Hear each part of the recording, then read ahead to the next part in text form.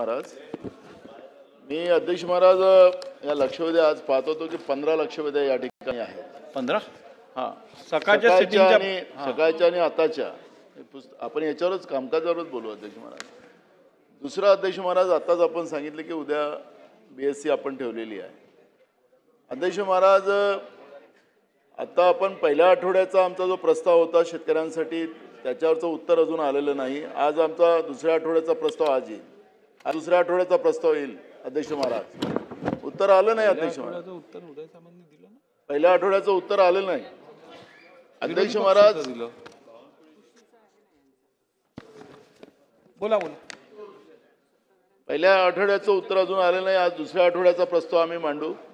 आणि अध्यक्ष महाराज, आपण पाहिलं असेल अध्यक्ष महाराज की नाही, तुमचा एक प्रस्ताव उत्तर आलाय उदय सामंतांनी दिलेलं. नाही ना, ते सत्ता पक्षाचं उत्तर दिलं. अध्यक्ष, आमचं नाही दिलं. आमचं नाही दिलंय. सत्ता पक्षाचं आपण त्याची सांगितलं की मुख्यमंत्री महोदय देणार आहे असं तुम्ही सांगितलं होतं. अजितदादाचं नाव नाही सांगितलं होतं साहेब, आपण मुख्यमंत्र्यांचं सांगितलं होतं. तर आणि आता तुम्ही हे जे कामकाजाचं आपण पाहिलं असेल अध्यक्ष महाराज की आज गिलोटिंग पण आहे. अध्यक्ष महाराज, म्हणजे असं वाटतं की आपण असं करूया, आपण आता 1:15 वाजेपर्यंत जेवढ्या लक्षवेधी होतात तेवढ्या पूर्ण करू आणि त्यानंतर 12:15 पासून 5:30 पर्यंत आपल्या पुरवणी मागण्या आणि गिलोटिन होईल. 5:30 नंतर 6 ते 8 मी तुमचा प्रस्ताव घेतो. नाही, कुठला प्रस्ताव? विरोधी पक्षाचा प्रस्ताव, कृषीवरचा. उत्तर देणार. पण अध्यक्ष महाराज, मला उत्तर नाही, त्याच्यावरती चर्चा संपू. नाही, चर्चा तर झालेली आहे, उत्तर नाही आलं. अध्यक्ष महाराज, मी या संदर्भात संबंधित मंत्र्यांबरोबर बोलून उत्तर कधी घ्यायचं आहे ते ठरवतो. तर पुढे ना अध्यक्ष महाराज, तर गिलोटिंग आज आपली आज आहे आणि उद्या आपण अजून आता कामकाज जवळपास संपायला असं परिस्थिती आपण निर्माण केलेली असं आम्हाला वाटतं. अध्यक्ष महाराज, बरीच बिलं आहेत अजून आम्हाला. काल तर अध्यक्ष महाराज विदाऊट चर्चेने 3 बिलं काढून टाकलीत. पण अध्यक्ष महाराज, माझा मुद्दा एवढाच आहे की हे अधिवेशन पूर्ण काळ चाललं पाहिजे आणि त्या दृष्टिकोनातलं चित्र इथं आज आम्हाला पाहायला मिळतं ते चुकीचं मिळते आहे. एवढंच मला तुम्हाला निदर्शन जाणून द्या. भाऊ, आपण BSc मध्ये आमंत्रित आहात, त्यामुळे त्यावेळेला आपण ह्याच्यावरती चर्चा करू. चला, मी काल नोटीस दिलं होतं, त्याच्यासाठी पॉइंट ऑफ प्रोसिजर काय ना, मी कामकाजावर आलो होतो आणि माझा हक्कभंग टाकला. बोला. घेतला आम्ही दोघांनी. अध्यक्ष महाराज, महाराष्ट्र राज्य रस्ते विकास महामंडळ अंतर्गत मुंबई प्रवेशद्वाराच्या 5 पथकर स्थानकावरील हलकी वाहने, स्कूल बसेस व महाराष्ट्र राज्य मार्ग परिवहन महामंडळाच्या बसेस यांना पथकातून सूट दिल्यामुळे महामंडळास द्यावी लागणारी भरपाई निश्चित करण्याबाबत सार्वजनिक बांधकाम विभागाने दिनांक 25/6/2025 रोजी शासन निर्णय निर्गमित करून MEP इन्फ्रास्ट्रक्चर प्रायव्हेट लिमिटेड यांना नियमबाह्य पद्धतीने मुदतवाढ देण्यास आली. त्याबाबतच्या वरिष्ठ अधिकारी व कंत्राटदार यांच्या संगनमताने शासनाचे अंदाजे 3,000 कोटी रुपयाचं नुकसान झाले आहे. सदर कंपनीला काळ्या यादीत टाकलेले आहे.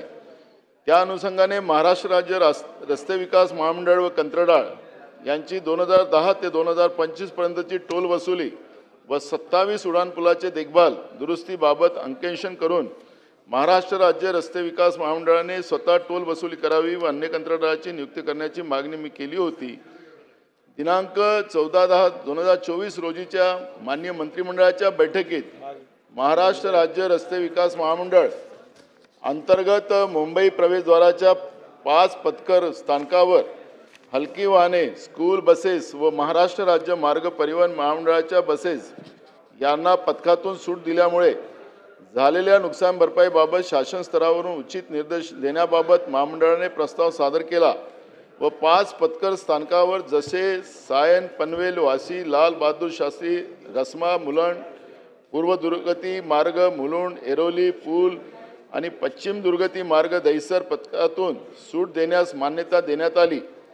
मुंबई शहरामध्ये महाराष्ट्र राज्य रस्ते विकास महामंडळामार्फत बांधण्यात आलेल्या प्रगती असलेल्या उड्डाणपूल व अनुषंगिक बांधकामे प्रकल्पाचा करज त्यावरील व्याज व परतावा तसेच देखभाल दुरुस्तीचा खर्च याच्या परतफेडीसाठी मुंबई प्रवेशाच्या खालील 5 ठिकाणी पत्कर वसुलीचे प्राधिकरण महाराष्ट्र शासनामार्फत निर्गमित केले आणि अधिसूचना दिनांक 27/6/2002 अन्वये दिनांक 30/9/2027 पर्यंत महाराष्ट्र राज्य रस्ते विकास महामंडळास प्रदान करण्यात आले आहेत.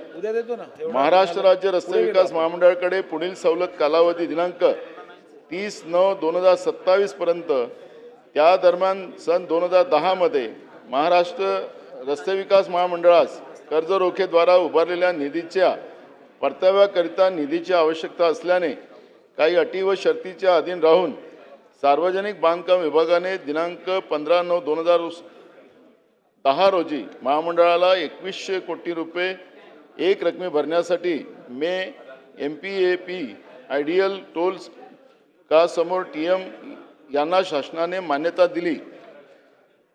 मे MEP इन्फ्रास्ट्रक्चर प्रायव्हेट लिमिटेड यांनी रक्कम रुपये 2100 कोटी भरून दिनांक 20/11/2010 ते दिनांक 19/11/2026 या कालावधीकरिता 5 पत्कर वसुली आणि मुंबई व उपनगर विभागात 27 उड्डाणपुले व अनुषंगिक बांधकामे यांचा निगा व दुरुस्ती करायची आहे.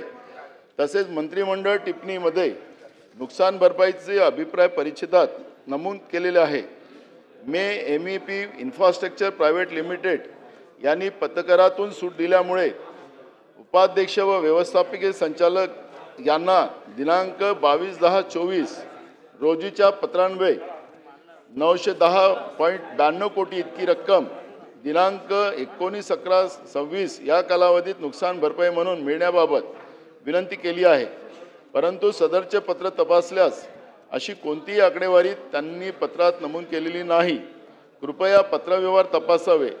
तेव्हा शासनाने मंत्रिमंडळ टिप्पणीमध्ये 910.92 कोटीची आकडेवारी नुकसान भरपाई कशाच्या आधारे नमूद केली याचा खुलासा नसून मंत्रिमंडळाची दिशाभूल केलेली आहे.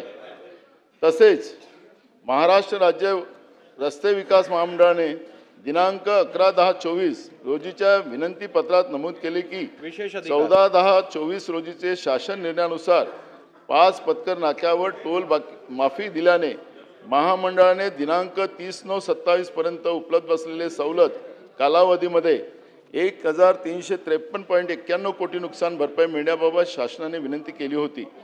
कंत्राटदाराचे करार दिनांक 19/11/26 पर्यंत संपुष्टात येणार आहे याची माहिती महामंडळाला होती व करार संपुष्टात आल्यानंतर सदरचा प्रकल्प उरलेल्या कालावधीकरिता महामंडळाने टोल वसुली आणि देखभाल दुरुस्ती करणे शक्य आहे किंवा कसे याबाबत कुठलाही अहवाल अभिप्राय शासनाने मागितलेला नाही किंवा उलट टपाली महामंडळाने सुद्धा तशी मागणी केलेली नाही. याबाबत शासनाची व महामंडळाची भूमिका ही संशयास्पद व कंत्राटदाराला आर्थिक फायदा पोहोचवण्याकरिता केलेली कृती दिसून येत आहे.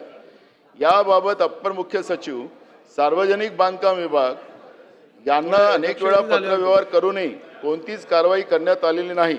याबाबत मला अवगत करण्यात आलेले नाही व शासनाची व राज्यातील लोकप्रतिनिधीची दिशाभूल करण्याचा प्रयत्न केला जात आहे. त्यामुळे लोकप्रतिनिधीचा अपमान करण्याचा प्रयत्न या माध्यमातून होत आहे. परिणामी सार्वभौम सभागृहाचा अवमान करण्यात आला आहे.